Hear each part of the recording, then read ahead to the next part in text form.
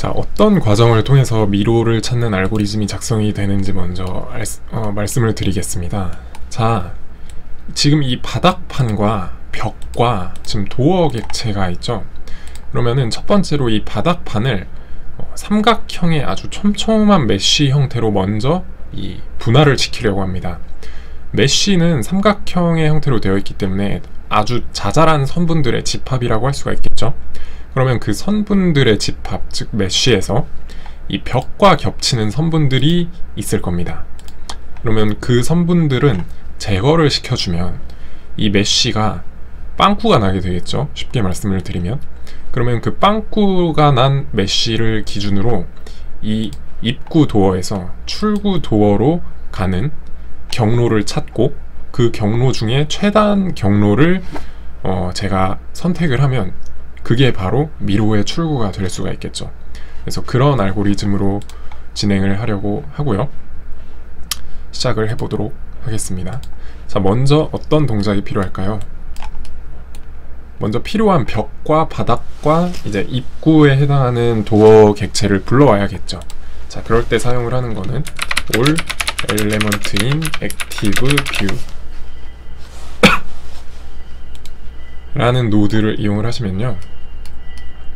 자, 지금 오토매틱 상태여서 지금 계산이 끝난 상태인데, 자, 이렇게 제가 이 현재 뷰에 속해 있는 모든 객체들이 다 가져와지게 됩니다. 플로어 객체, 플로어가 하나가 있고, 미로를 구성하는 월들이 쭉 있고요. 그 다음에 마지막에 도어 객체 2개가 있죠.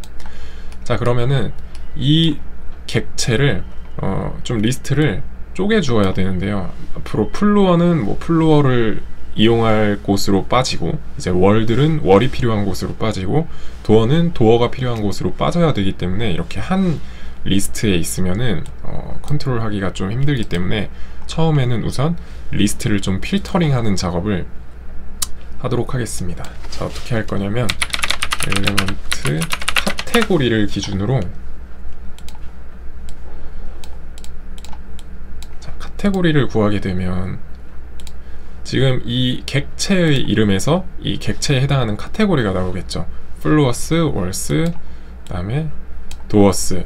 그래서 이 객체의 이름을 기준으로 string from object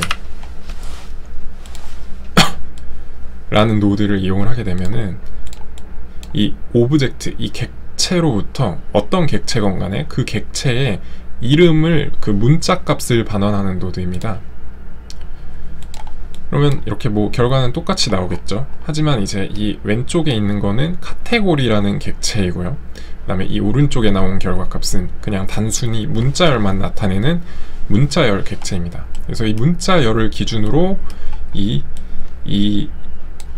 엘레먼트, 제가 처음에 불렀던 엘레먼트들을 리스트를 쪼개려고 합니다. 자, 그럼 필터를 할 때는 list.filter by 불마스크를 이용을 할 수가 있는데요. 자, 어떤 리스트를 필터링 할 거냐면 제가 이 리스트를 필터링 할 거기 때문에 처음에 가져왔던 이 엘레먼트들의 집합을 리스트에다가 입력을 시키고요. 그 다음에 제가 플루어만 추출해내고자 하면은 이 플루어스에 해당하는 곳이, 이 마스크는 true or false가 들어가야 하죠. 그러니까 이 플루어스가 true로 바뀌려면 다음과 같은 동작을 해줄 수가 있습니다. 카테고리의 이름이, 카테고리 네임이 플루어스라는 문자 객체일까? 라는 이 조건문, 비교 코드를 작성을 해주시면은 그 다음에 이 스트링을 카테고리에 이어주면 플루어가 맞다면 이 0번 리스트는 true가 되고, 나머지는 플루어가 아니기 때문에 false를 표시를 하게 되겠죠. 그래서 이 상태에서 입력을 시켜주면 그 다음에 워치를 통해서 확인을 해보면 플루어 객체만 리턴이 된 것을 확인을 하실 수가 있죠. 자, 이 처음에 이 엘레먼트의 리스트에서 0번 리스트가 true이기 때문에 true인 리스트 하나만 반환이 되었고, 만약에 아웃풋을 확인을 해보면은 false에 해당하는 것들, 그 외의 것들이 나오는 걸 확인을 하실 수가 있죠. 그래서 list.filter by 불마스크는 굉장히 자주 사용하는 노드이니까요. 사용법을 꼭 알아두셔야 하고요. 자, 그래서 이렇게 하고 같은 방식으로 제가 월 객체와 도어 객체를 분리를 하도록 하겠습니다. 자, 코드 블록에서 이렇게 세미콜론을 기준으로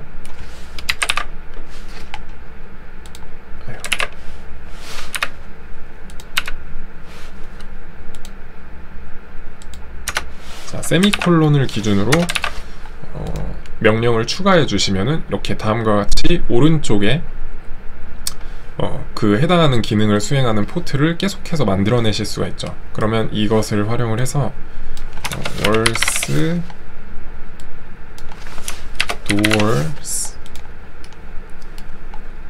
doors를 이 마스크에다가 입력을 시켜주면은 각각에 해당하는 객체들이 이렇게 리턴이 되겠죠. 자, 그러면 지금 처음에 엘레먼트들을 불러와서 이제 이름을 기준으로 불러오는 방법을 보여드렸습니다. 자, 이 과정은 굉장히 자주 사용이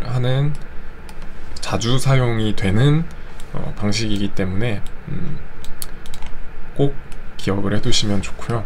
자, 이제 실제적으로 한번 작업을 진행을 해보도록 하겠습니다. 자, 이 플로어 객체를 촘촘한 메쉬 형태로 쪼갠다고 하였죠. 그 기능을 수행을 하는 노드가 있는데요. 바로 드론에 라는 노드를 이용을 하시면, 자, 이 노드 자체가 입력값을 보면 UVS, face를 입력을 받아서 삼각형 메쉬로 쪼개는 노드입니다. 삼각형 메쉬는 아주 자잘한 선분들의 집합이죠. 그래서 이 커브의 집합으로 리턴이 되고요. 페이스는 그 메쉬를 만들 서피스 객체가 하나가 필요하고요. UV는 그 서피스를 얼마나 촘촘하게 서피스를 분할을 할 것이냐, 삼각형 메쉬로 분할을 할 것이냐에 관한 것인데요. 이 UVS는 UV 객체들의 집합을 입력으로 받아야 하기 때문에 먼저 UV라고 검색을 하셔서 UV를 쪼개 주셔야 됩니다. 자, UV의 개념은 포인트와 약간 비슷하긴 하지만 UV의 U와 V 값은 0과 1 사이의 값을 가집니다. 그래서 어떤 선분이건 어떤 길이를 가장 왼쪽이 아닐 수도 있지만 가장 최시작점의 값을 0이라고 하고, 또 마지막 반대편 끝점의 값을 1이라고 하고, 그 사이에 있는 값들을 0과 1 사이에 실수를 이용을 해서 일종의 비율로 표시하는 방식이 UV의 방식인데요. 그렇기 때문에 UV는 쪼개 주실 때 0과 1 사이의 값을 n등분을 하겠다. 자, 이렇게 코드 블록을 작성을 하면 0과 1 사이의 값을 n개로 분할을 하겠다 라는 수열을 만들어내게 되죠. 그래서 u와 v의 특성이 0과 1 사이의 수치값을 가지기 때문에 이런 식으로 수열을 만들어 주셔야 됩니다. 자, 그러면은 얘를 입력을 시키고 UV에다가 입력을 시키고,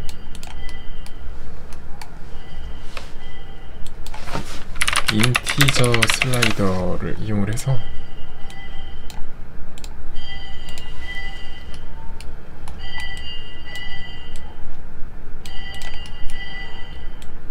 다음과 같이 이어주게 되면은 제가 이제 인티저 슬라이더를 이용을 해서 이 메쉬의 촘촘함의 정도를 결정을 해줄 수가 있겠죠.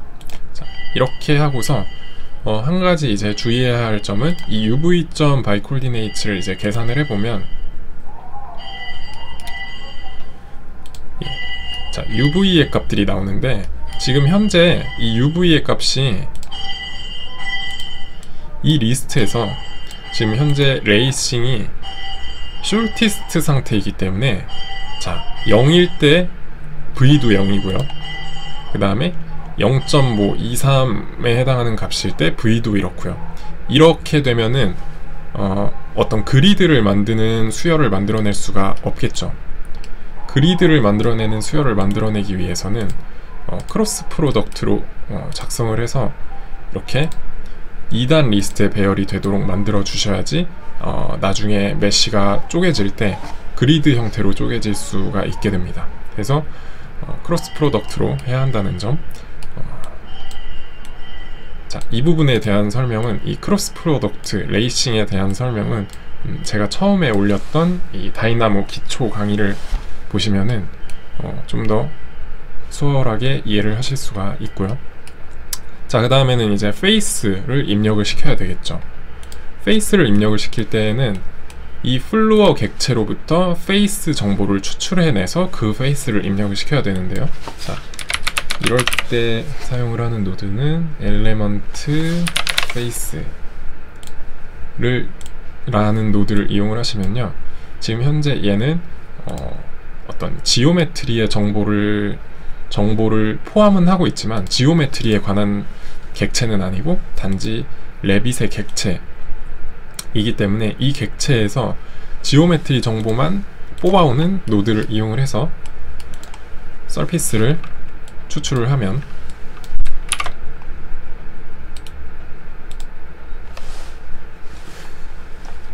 자, 이렇게 플루어 객체는 어찌됐건 육면체의 사각형 그 큐브라고 할 수가 있죠. 아주 납작한 큐브라고 할 수가 있죠. 그래서 서피스가 총 6개가 리턴이 되고요.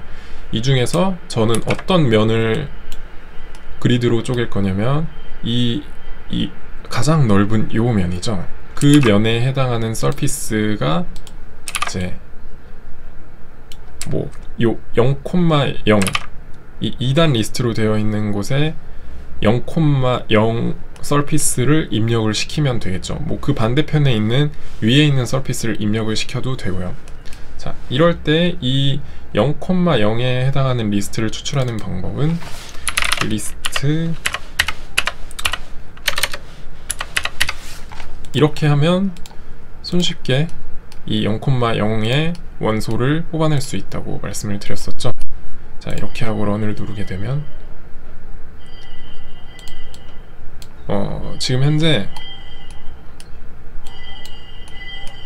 그 계산이 되지 않은 거를 확인을 하실 수가 있습니다. 이것은 왜 그러냐면은 이 uv.by coordinates라는 노드가 현재 2단 리스트 형태로 되어 있는데요, 얘가 이 들로네라는 노드를 계산을 하기 위해서는 2단 리스트 형태가 아니라 그냥 uv coordinates uv 값들이 1단 리스트, 그냥 단일 리스트 형태로 입력이 돼서 들어가야 하기 때문에 플래튼 노드를 이용을 해서 다시 입력을 시켜주면,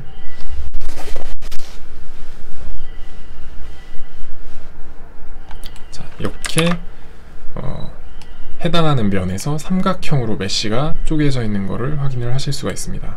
자, 이 메쉬는 이 아주 촘촘한 선분들의 집합이 되겠죠. 그래서 이렇게 라인들이 무려 이제 1578개의 라인들이 생성이 된 것을 확인을 하실 수가 있습니다.